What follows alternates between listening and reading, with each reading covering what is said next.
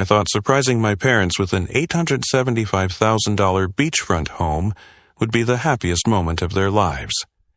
My name is Mason Bridgeway, and for the past 3 years, I've been planning the perfect gift for the two people who sacrificed everything to give my sister and me a better life. But when I walked through that door unannounced on a Thursday afternoon, what I saw made my blood freeze. My 6'4" brother-in-law, Trent, had my father's collar twisted in his massive fist, lifting my 60-year-old dad off the ground like he weighed nothing. My mother was sobbing on the marble floor I'd specifically chosen because she'd always dreamed of having floors that shine like water. And my sister Roxy was standing there with a smile that made my stomach turn, the same smile she used to wear when she'd steal my Halloween candy and blame it on me. "This house belongs to us now," Trent snarled, spit flying from his mouth as he shook my father like a rag doll. "These old fools don't deserve it. They're too old, too stupid, and too weak to live in a place like this." My father, Dennis Bridgeway, who spent 35 years running into burning buildings as Cincinnati's most decorated fire chief, was gasping for air. My mother, Patricia, who'd shaped thousands of young minds as Oakwood Elementary's beloved librarian, was begging through her tears. "Please, Trent, you're hurting him. This is our son's gift. Mason worked so hard for this." "Mason?" Roxy laughed, examining her fresh manicure while our father struggled to breathe. "Perfect. Mason can buy another house. We need this one. We deserve this one. Mom, Dad, you're just going to die in a few years anyway. Why waste this beautiful house on people who won't even live long enough to enjoy it?" The sick part was how calculated it all was. They'd intercepted my anniversary surprise, driven my parents 7 hours to Florida under false pretenses, and were now trying to force them to sign over the deed to a house I'd bought with 15 years of saved commissions. A house meant to be my parents' dream retirement after a lifetime of sleeping in a bedroom with a leaking roof because they'd spent their money on our college funds instead of home repairs. I stood there for 3 seconds that felt like 3 hours, watching my father's face turn red, watching my mother reach helplessly toward her husband of 35 years, watching my sister count on her fingers like she was already calculating the resale value. They hadn't seen me yet. They didn't know I'd driven through the night from Atlanta after Mom's terrified voicemail. They didn't know I'd been recording everything through the window for the past 5 minutes. They didn't know that 2 Clearwater police cruisers were waiting around the corner for my signal. What happened next changed our family forever, and taught me that sometimes the people who share your blood can be strangers, while the family you choose becomes everything. Growing up in a modest Cincinnati suburb, my parents, Dennis and Patricia Bridgeway, gave my sister Roxy and me everything they could afford, and plenty they couldn't. Our house on Maple Street wasn't much to look at from the outside. Aluminum siding that needed painting, a driveway with more cracks than concrete, and a front porch that tilted slightly to the left after the foundation settled. But inside that house, my parents built something money couldn't buy, a home where sacrifice was a daily practice, and love was the only currency that mattered. Dad spent 35 years with the Cincinnati Fire Department, working his way up from rookie to fire chief through pure determination and an inability to leave anyone behind. He'd come home at dawn smelling like smoke and exhaustion, his uniform sometimes still damp from the hoses, but he never missed a single one of my baseball games or Roxy's dance recitals. "Mason, family comes first," he'd say every Sunday dinner, his weathered hands folding for grace at our cramped kitchen table. "Everything else is just details." Mom ran the library at Oakwood Elementary for 28 years, turning it into what the principal called the heart of the school. Kids who had nothing would find anonymous lunch money in their returned books. Parents struggling with bills would discover computer errors that erased their late fees. She'd work until 6 every evening, then come home to help with homework, cook dinner from scratch because it was cheaper than takeout, and somehow make our thrift store clothes seem special. "It's not what you wear," she'd tell Roxy, adjusting a second-hand dress. "It's how you carry yourself that matters." Those words and values drove me through college, through 14-hour days building my commercial real estate business, through every handshake and contract negotiation. While other brokers in my firm celebrated deals at country clubs and spent bonuses on BMWs, I lived in a studio apartment and saved every commission. My colleagues thought I was crazy. "Mason, you closed a $2 million office complex and you're still driving that 10-year-old Honda?" They'd laugh. But they didn't see what I saw every Sunday when I visited my parents. The mortgage statements piling up on the kitchen counter, the notices about Dad's pension being smaller than expected, the medical bills from Mom's back surgery that insurance wouldn't fully cover. And then there was Roxy. My younger sister had always been what Mom generously called a dreamer. Fashion boutiques that lasted 3 months, food trucks that never got past the planning stage, a wellness center that turned out to be a $70,000 mistake.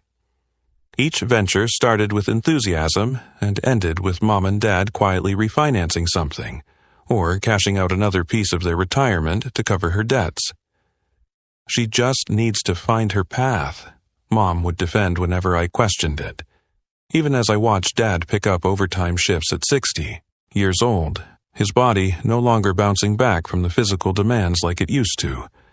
He'd ice his back in the kitchen, thinking no one was watching, then head out for another night shift because Roxy needed help with her latest business crisis. When Roxy married Trent Dumont 5 years ago, we all hoped he'd be her stability. He showed up to family dinners in expensive suits, talked about his restaurant experience in Miami, dropped names of celebrity chefs he claimed to know personally. He had this way of making you believe his success was just one investment away.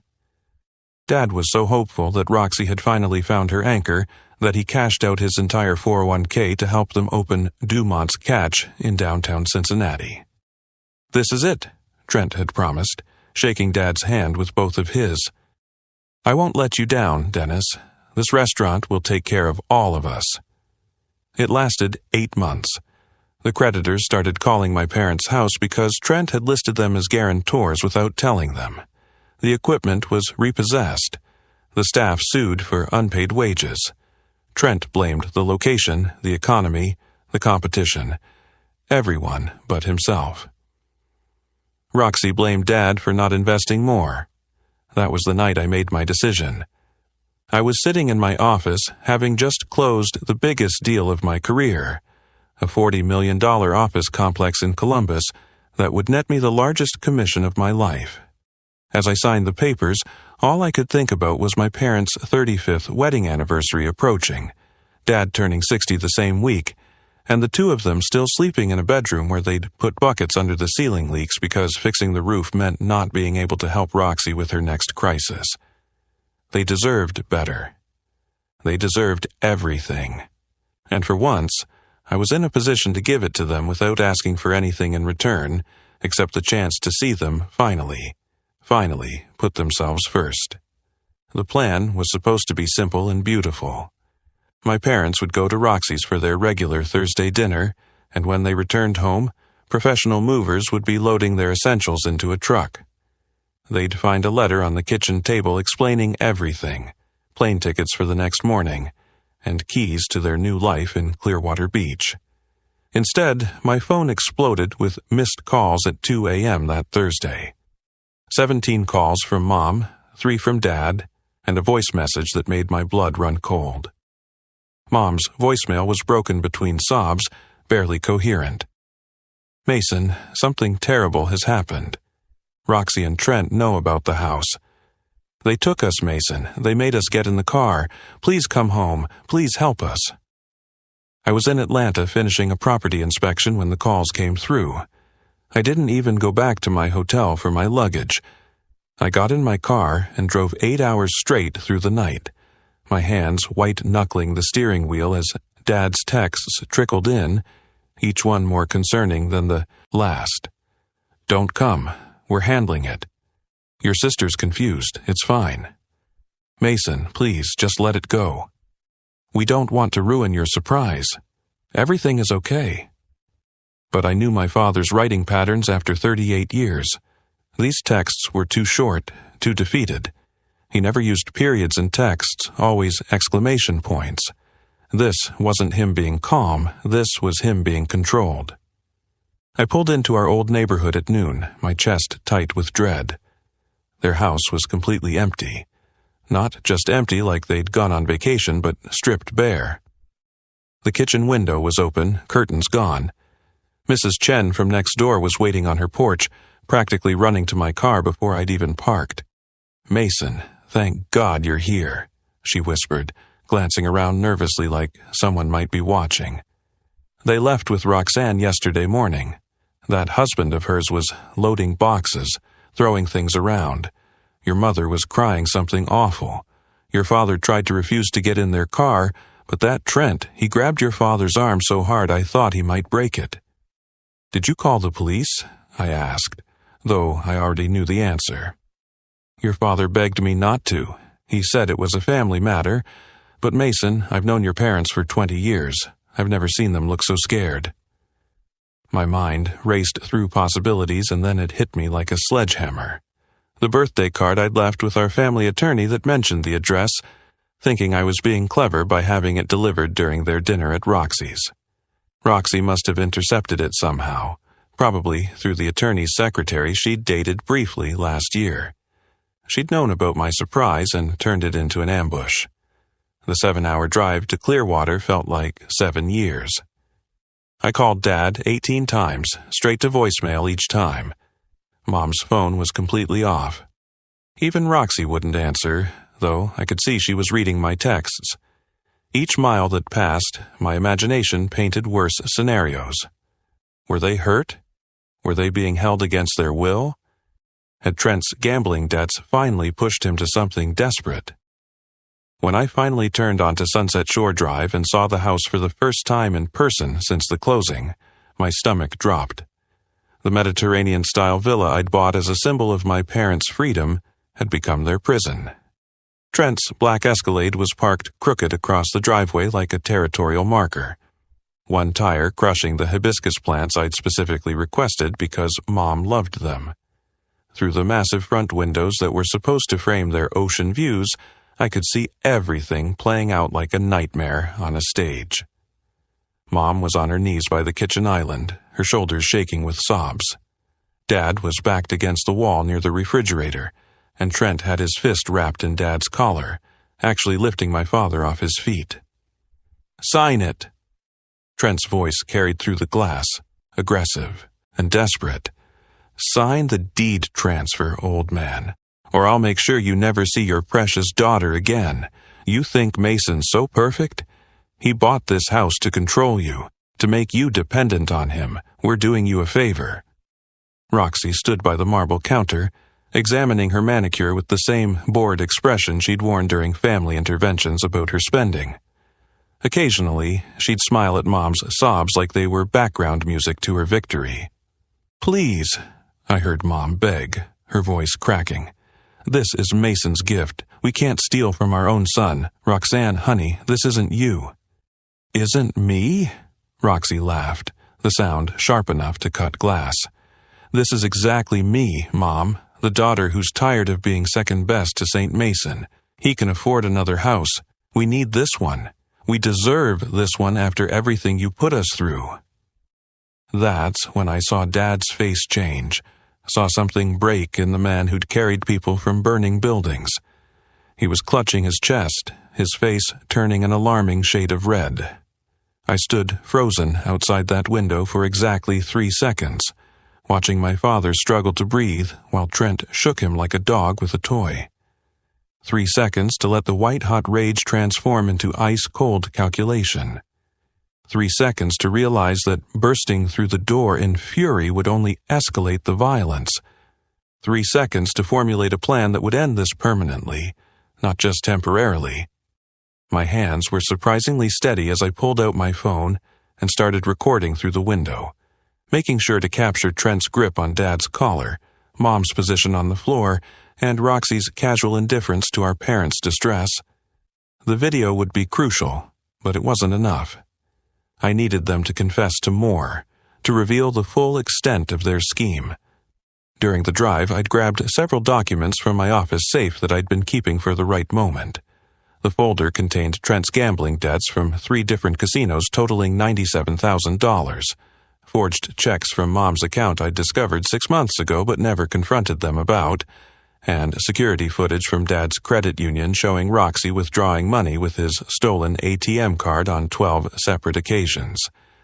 I'd been protecting my parents from the ugly truth about their daughter, but now these documents were weapons. I dialed my real estate attorney, Jim Crawford, speaking loud enough to create urgency, but staying far enough from the house to avoid detection. "Jim, I need you to freeze any deed transfer attempts on the Clearwater property immediately. Pull up the paperwork showing I'm the sole owner with full title. Send it to the Pinellas County Sheriff's Office right now." "Mason, what's happening?" Jim asked, concern clear in his voice. "My brother-in-law is attempting to force my parents to sign over a property they don't own through physical coercion. I'm about to handle this, but I need legal backup. Ready? Can you also contact the Florida State Attorney's Office about attempted grand theft and elder abuse?" While Jim worked his legal magic, I made my second call to Officer Carlos Martinez, Trent's probation officer back in Ohio. I'd been keeping tabs on Trent since he'd missed 3 check-ins after the restaurant failure. "Officer Martinez, Mason Bridgeway. You asked me to call if Trent Dumont crossed state lines without permission. He's currently in Florida, physically assaulting a 60-year-old retired fire chief while attempting to steal an $875,000 property. He's not supposed to leave Ohio without court approval," Martinez confirmed. "I'll contact the U.S. Marshals and local Florida law enforcement immediately. Can you send me that video you mentioned?" I uploaded the recording to a secure cloud server and sent Martinez the link. Then I pulled up the house's smart home app on my phone, thankful for the technology package I'd insisted on during closing. The previous owner had installed cameras in every room for security, all connected to a system I could control remotely. I activated every camera, set them to record directly to the cloud, and then decided to announce my presence in a way that would maximum psychological impact. I killed all the lights in the house simultaneously. The screams from inside were immediate. Trent released Dad and stumbled backward in the darkness. Roxy shrieked like she'd seen a ghost. Mom called out for Dad, and I heard him respond, his voice stronger than before. I let them panic for exactly 5 seconds before restoring power. Then I activated the home's intercom system, my voice filling every room at once. "Trent Dumont and Roxanne Bridgeway Dumont, you are currently being recorded on 12 separate cameras. This footage is being streamed live to the Clearwater Police Department and the Florida State Attorney's Office." Through the window, I watched Roxy's face drain of color. Trent spun around, looking for cameras he couldn't see. I continued, keeping my voice level and professional. "The assault on Dennis Bridgeway has been documented. The attempted theft through coercion has been recorded. Trent, your probation officer has been notified of your interstate travel violation. The U.S. Marshals are en route." That's when I finally walked to the front door, using my key to enter calmly. I didn't rush. I didn't shout. I simply walked in, holding the folder of evidence in one hand and my phone showing the Sheriff's Department response time in the other. 4 minutes, I announced, looking directly at Trent. "That's how long you have before law enforcement arrives. You can either release my father immediately and sit quietly until they get here, or you can make this worse for yourself. Your choice?" Trent's face cycled through emotions like a slot machine before landing on desperate anger. He took a step toward me, fists clenched. "You think you're so smart, don't you? Your sister deserves this. House more than them. They're old. They're going to die soon anyway." I stayed perfectly still, letting him approach. "Trent, you're being recorded from 6 different angles right now. Every step you take toward me is another year on your sentence." That stopped him cold, the realization finally hitting that his entire criminal plan had been documented from multiple angles. "Get your hands off my father," I said quietly, maintaining eye contact with Trent as he stood frozen between me and Dad. The house felt electric with tension, the ocean waves outside providing an oddly peaceful soundtrack to our family's destruction. Trent tried to recover his bravado, straightening to his full height. "Your parents already agreed to sign. We've been here for hours. They want us to have this house. Tell him, Dennis." Dad pushed himself off the wall, his fire chief bearing returning despite the red marks on his neck. "We agreed to nothing. You threatened us, dragged us here, and tried to steal from our son. It's not stealing when it's family." Roxy suddenly exploded, stepping forward with tears that I knew were manufactured. "Mason, you don't understand what we've been through. The restaurant failure destroyed us. We were about to lose our apartment. Mom and Dad were going to help us, weren't you?" Mom slowly got to her feet, wiping her real tears with dignity. "We've helped you for 15 years, Roxanne. $300,000. Our entire retirement savings, every emergency fund, every vacation we never took, every repair we postponed. And you held it over our heads," Trent shouted, his control finally cracking. "Every dinner, every family gathering, those looks of disappointment. Like we were failures." "You are failures," I said calmly, opening the folder I'd brought. "But not because your business collapsed. You're failures because you stole from the people who loved you most." I pulled out the first document, Pacific Coast Casino, $43,000 in gambling debts under Trent's name, paid with checks stolen from Mom's account.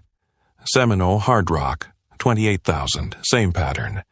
Should I continue? The color drained from Trent's face completely. Roxy grabbed the counter for support.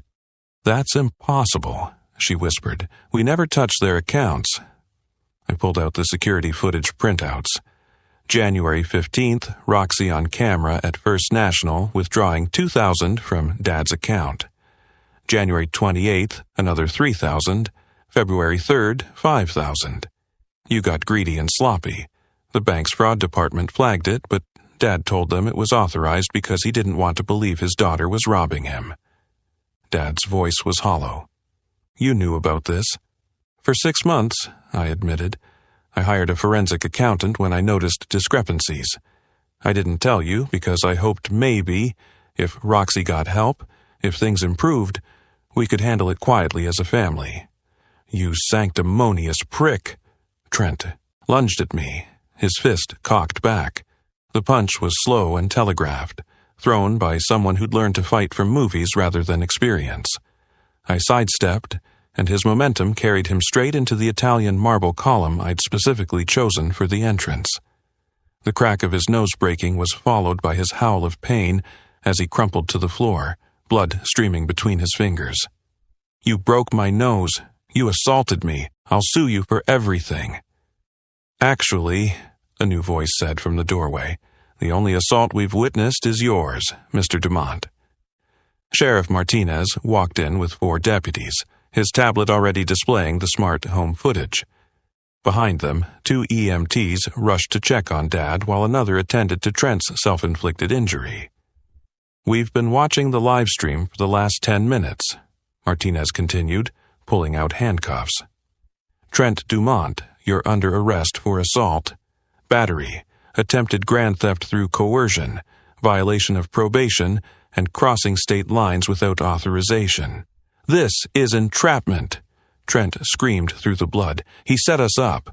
Mason planned all of this." "I planned to give my parents a retirement gift," I corrected. "You planned a felony." As they cuffed Trent, Roxy ran to him, her fake tears now mixed with real panic. "You can't arrest him. We're the victims here. Mason has everything and we have nothing. Our parents chose him over their own daughter." Martinez looked at her with professional detachment. "Ma'am, would you like to explain the $70,000 in fraudulent withdrawals from your parents' accounts? We have the evidence Mr. Bridgeway provided." Roxy turned to our parents, her mask finally completely shattered. "I'm your daughter. Your blood. You're really going to let them arrest us? You're choosing him over me?" Mom walked over slowly, her librarian posture straight and dignified. "We're not choosing anyone, Roxanne. You made your choice when you decided to terrorize and rob the people who gave you everything. You chose greed over gratitude. You chose theft over trust. When you're ready to be our daughter again instead of our thief," Dad added, his voice steady despite the bruises forming on his neck, "we'll be here, but not 1 second before you accept responsibility for what you've done." Roxy's face contorted with rage. "You'll regret this. When you're old and dying, don't come crying to me. Mason won't always be there. You'll be alone." "No," I said, pulling out the restraining order paperwork. "They'll be protected. This order means you come within 500 feet of them or this house, and you join Trent in jail." As the deputies led them out, Trent cursing and Roxy sobbing, the house suddenly felt too quiet, too large, too everything. The house fell silent except for the Gulf waves rolling steadily beyond those floor-to-ceiling windows. Mom collapsed into Dad's arms, and for a moment, they just held each other, 35 years of marriage keeping them upright when everything else had fallen apart. I stood there watching my parents, suddenly exhausted, the adrenaline that had carried me through the confrontation evaporating into something hollow and sad. "Mason," Dad said quietly, his voice hoarse from Trent's assault, "we can't accept this house. Not after what it's caused, not after what it's revealed." "This house didn't cause anything, Dad," I said, sitting down on the marble floor, suddenly feeling all 38 years of my life. "It just revealed what was already there. Roxy and Trent have been stealing from you for years. The house just brought it into the light." We ended up sitting on the living room floor together. This beautiful space with cathedral ceilings and ocean views, eating Chinese takeout from containers just like we used to in our tiny kitchen on Maple Street. Mom found her old honeymoon brochures in one of the boxes I had moved, the same Clearwater Beach photo she'd kept for 35 years, yellowed at the edges but carefully preserved. "I used to stare at these when you kids were little," she whispered, running her fingers over a photo of the exact beach now visible from her window. "Never imagined we'd actually live here. I just wanted to walk on that sand once before I died." "Now you can walk on it every single day," I said, squeezing her hand. The legal aftermath was swift. Trent got 18 months for probation violation, assault, and attempted grand theft. The gambling debt surfaced during his trial, revealing connections to dangerous people who were very interested in finding him. Roxy filed for divorce within a week of his sentencing, then disappeared to Arizona with some new boyfriend she'd apparently been seeing for months behind Trent's back. The forensic accountant I'd hired discovered she'd been living a double life, funneling money from our parents while maintaining another relationship with a man who thought she was single and orphaned. She sent one text 6 months later, "I'm getting help. I'm sorry. Maybe someday I can make this right." Mom responded with just 4 words, "We'll always love you."